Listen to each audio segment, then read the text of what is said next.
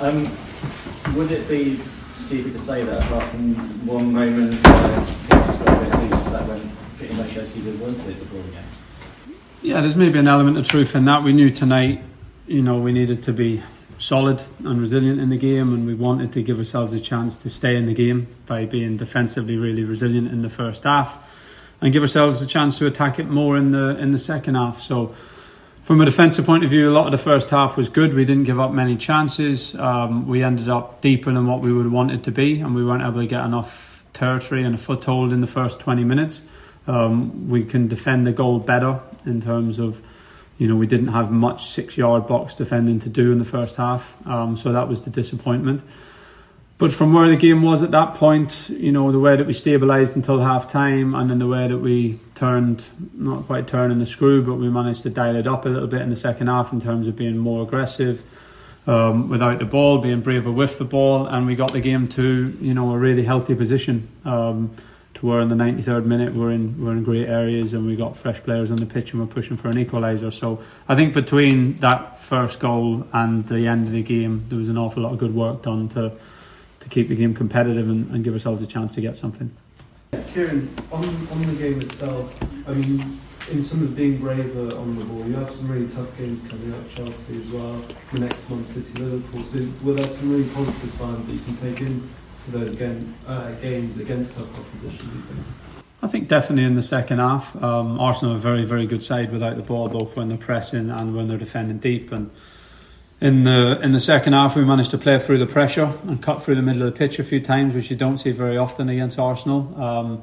So we got to really good positions there, and in their half, we managed to get some really good situations as well, where we got between the lines and we got wingers in 1v1 situations, and we weren't able to find the quality that we needed to create a big chance. But I think how we went about it and how we managed to play through them at times and work the ball well in their half in a very difficult stadium and team to do it against, I think there's positives from that. Can I just ask, most teams come here and have to do a lot of preparation for Bukayo Saka. He's obviously out for some time. Can you explain sort of tactically how different a prospect it is facing a team like Arsenal when they've got someone like Martinelli, a right-footed player on the right wing, compared to Saka, who provides quite a different threat, being a left-footer, I think? Yeah, I think it is different. There's, having a left-footer on the right side opens up a lot of different angles when you come inside the pitch, opens up the in-swinging crosses and different passes into the box. They still have that threat, Arsenal, to be honest, with Odegaard. So it's not like they have two right footers on the side. They still have Odegaard, who drops to the touchline a lot. So they still have that in-swinging cross threat, that reverse pass threat from the right-hand side. But yeah, Martinelli's obviously a more sort of linear runner in that position, and Saka has maybe the versatility to deal with both. So both very good players, and I thought Leaf in particular done a good job against Martinelli tonight. Would you have set up differently if say Saka hadn't been injured? No.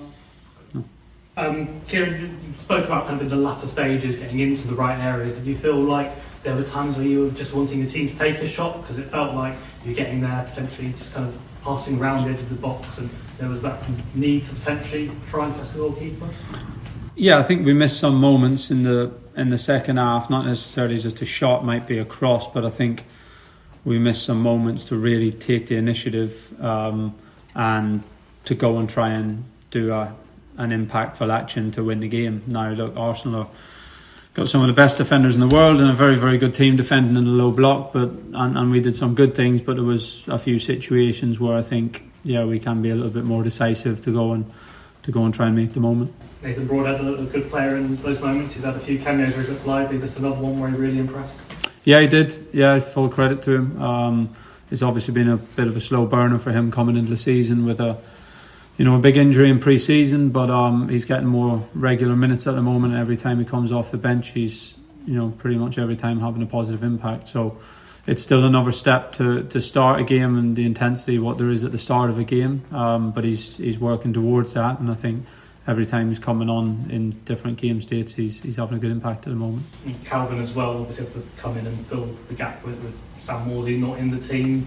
Hasn't played that many regular minutes recently, but looked pretty sharp when he was there.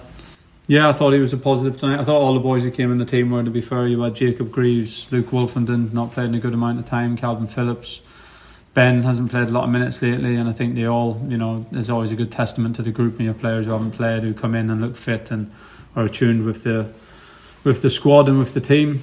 So I thought they all acquitted themselves well, the players who came into the team.